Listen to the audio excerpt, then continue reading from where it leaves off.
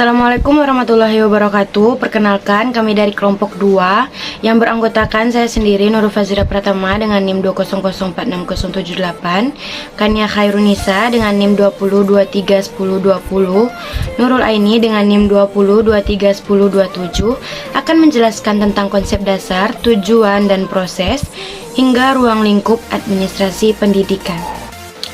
Nah, yang pertama adalah pengertian dari administrasi pendidikan. Apa sih itu administrasi pendidikan?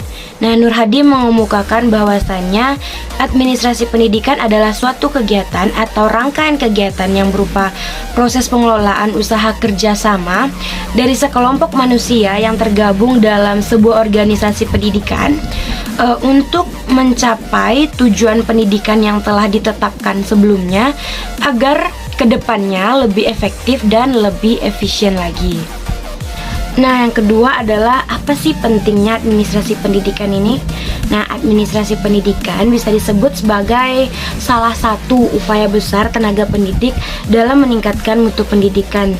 Hal ini dikarenakan administrasi merupakan bagian penting dari proses pengelolaan, pendataan dalam menertibkan laju pendidikan di sekolah. Nah, hal ini juga menjadi penting dalam proses peningkatan mutu pendidikan itu sendiri. Nah, selanjutnya adalah tujuan dari administrasi pendidikan. Secara umum, administrasi pendidikan ini mengandung tujuan yang bervariasi yang disesuaikan pada bidang serta ilmu administrasi.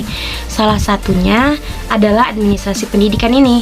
Setiap pelaksanaan administrasi selalu diarahkan kepada sasaran maupun tujuan yang akan dicapai.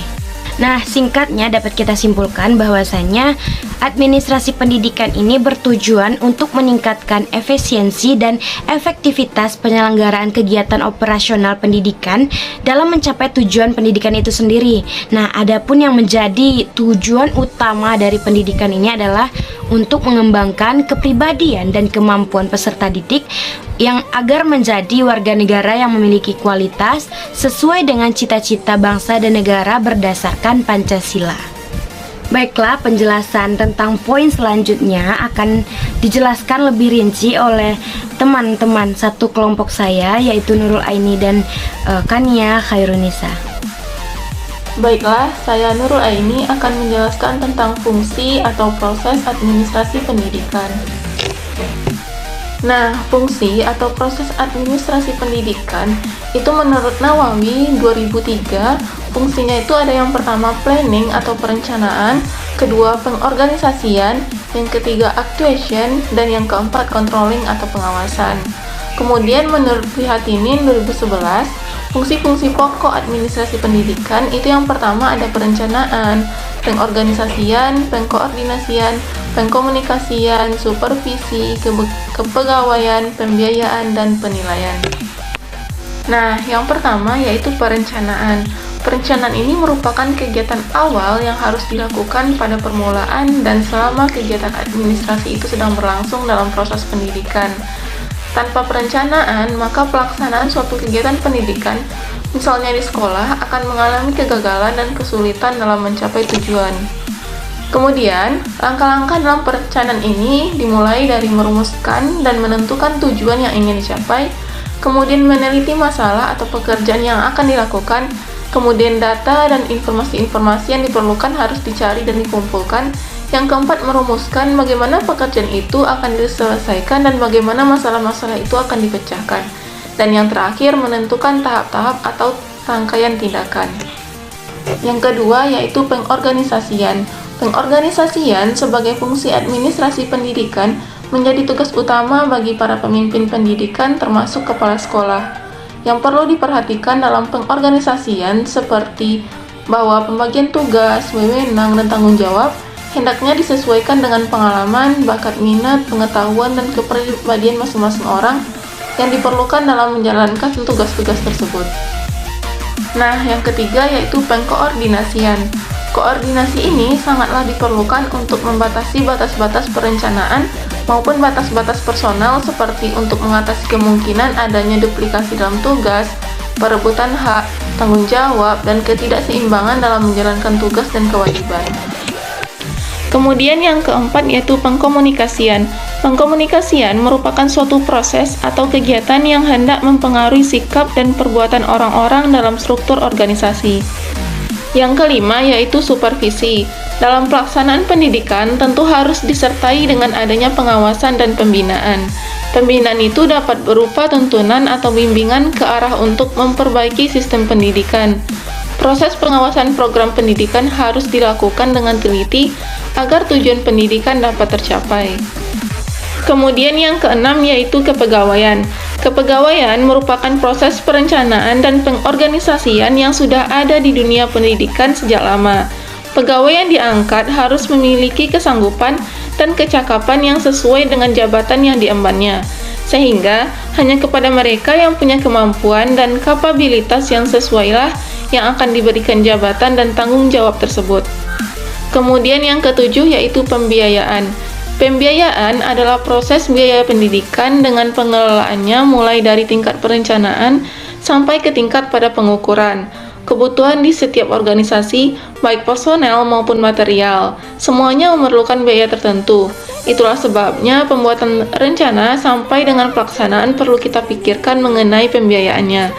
Dalam pembiayaan, ada beberapa hal yang perlu diperhatikan dalam fungsinya, seperti bagaimana penggunaannya, perencanaan tentang beberapa biaya yang diperlukan, dari mana dan bagaimana biaya itu dapat diperoleh atau diusahakan, siapa yang akan melaksanakan, bagaimana pembukuan dan pertanggungjawabannya, dan bagaimana pengawasannya, dan lain-lain. Nah, kemudian yaitu penilaian.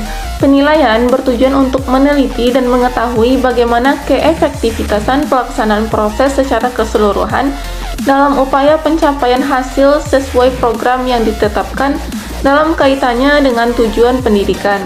Maka dari itu, kegiatan evaluasi atau penilaian sangat diperlukan dalam dunia pendidikan. Setiap kegiatan yang dilakukan, baik oleh kepala maupun anggota, sangat memerlukan penilaian. Apabila ada kesalahan pada hasil kerja sebelumnya, maka itulah fungsi evaluasi atau penilaian untuk memperbaiki hasil kerja yang akan datang. Baiklah, selanjutnya tentang ruang lingkup administrasi pendidikan.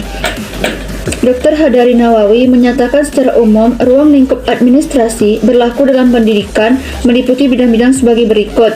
1. Manajemen administratif adalah kegiatan-kegiatan yang bertujuan untuk mengarahkan agar semua orang dalam bekerja sama dan berkelompok dapat mengerjakan hal-hal sesuai dengan tujuan yang hendak dicapai. Yang kedua yaitu manajemen operatif, yaitu kegiatan-kegiatan yang mengarahkan dan membina setiap orang agar dalam melaksanakan tugasnya dilaksanakan dengan tepat dan benar.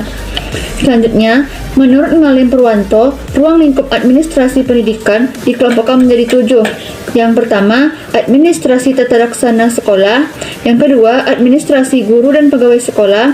Yang ketiga, administrasi murid atau siswa. Yang keempat, administrasi supervisi pengajaran. Yang kelima, administrasi pelaksanaan dan pembinaan kurikulum. Yang keenam, administrasi perencanaan dan pendirian bangunan sekolah. Dan yang ketujuh adalah administrasi hubungan sekolah dan masyarakat.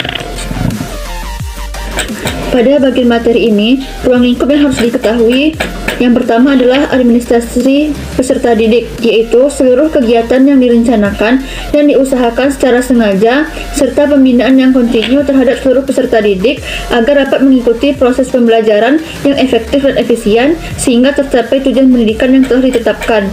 Yang kedua adalah administrasi personal guru. Adapun kegiatan administrasi personal guru adalah yang pertama, pengangkatan dan penempatan guru. Yang kedua, pembentukan organisasi personal guru. Yang ketiga, penanganan masalah kepegawaian dan kesejahteraan. Yang keempat, masalah kondisi dan evaluasi. Dan yang kelima adalah penambahan pengetahuan pada guru-guru. Yang ketiga yaitu administrasi kurikulum. Administrasi kurikulum merupakan seluruh proses kegiatan yang direncanakan dan diusahakan secara sengaja dan sungguh-sungguh, serta pembinaan yang kontinu terhadap situasi belajar mengajar secara efektif dan efisien demi membantu tercapainya tujuan pendidikan yang telah ditetapkan. Di sini peserta didik dan pendidik berinteraksi melalui bahan ajar yang sudah disusun dalam kurikulum. Yang selanjutnya nomor 4 adalah administrasi sarana dan prasarana. Dapat kita ketahui, prasarana adalah alat tidak langsung untuk mencapai tujuan, sedangkan sarana adalah alat langsung untuk mencapai tujuan pendidikan. Secara kronologis operasional, kegiatan administrasi sarana dan prasarana pendidikan meliputi A. Perencanaan penggandaan barang, B. Prakualifikasi rekanan, C. Penggandaan barang, D. Penyimanan, inventarisasi, dan penyaluran, yang E. Pemeliharaan dan rehabilitasi, dan yang F. Penghapusan dan penyingkiran. Yang kelima yaitu administrasi anggaran biaya, merupakan seluruh proses kegiatan yang direncanakan dan diusahakan secara sengaja dan bersungguh-sungguh, serta pembinaan secara kontinu terhadap biaya operasional sekolah atau pendidikan, sehingga kegiatan operasional pendidikan semakin efektif dan efisien demi membantu tercapainya tujuan pendidikan yang telah ditetapkan. Secara garis besar, kegiatan meliputi pengumpulan dan penerimaan dana yang sah seperti dana rutin, SPP, sumber BP3, donasi dan usaha-usaha lainnya, penggunaan dana, dan pertanggungjawaban dana kepada pihak-pihak terkait yang berwenang. Yang keenam, tata laksana atau tata usaha. Tata usaha menurut pedoman pelayanan tata usaha untuk perguruan tinggi yaitu, tata usaha adalah segenap kegiatan pengelolaan surat menyurat yang dimulai dari penghimpunan, mencatat, mengelola, mengadakan pengiriman, dan menyimpan semua bahan keterangan yang diperlukan oleh organisasi. Yang ketujuh adalah administrasi organisasi. KBM atau PBM akan semakin berhasil bila seluruh kegiatan penunjangnya diorganisasikan dengan sebaik-baiknya, termasuk pengorganisasian yang terstruktur, jenjang pendidikan, dan sebagainya. Yang kedelapan yaitu administrasi hubungan sekolah dan masyarakat atau disingkat dengan Husemas. Fungsi pokok dari Husemas adalah untuk menarik simpati masyarakat pada umumnya serta publik, masyarakat terdekat atau terkait, khususnya sehingga dapat meningkatkan relasi masyarakat terhadap sekolah tersebut. Dan yang terakhir adalah administrasi supervisi pengawasan. Dan untuk keberhasilan selanjutnya, masing-masing garapan serta keseluruhan harus disupervisi. Ini tugas supervisor dan pengawas yang mempunyai kepemimpinan pendidikan Pancasila. Sekian, terima kasih. Assalamualaikum warahmatullahi wabarakatuh.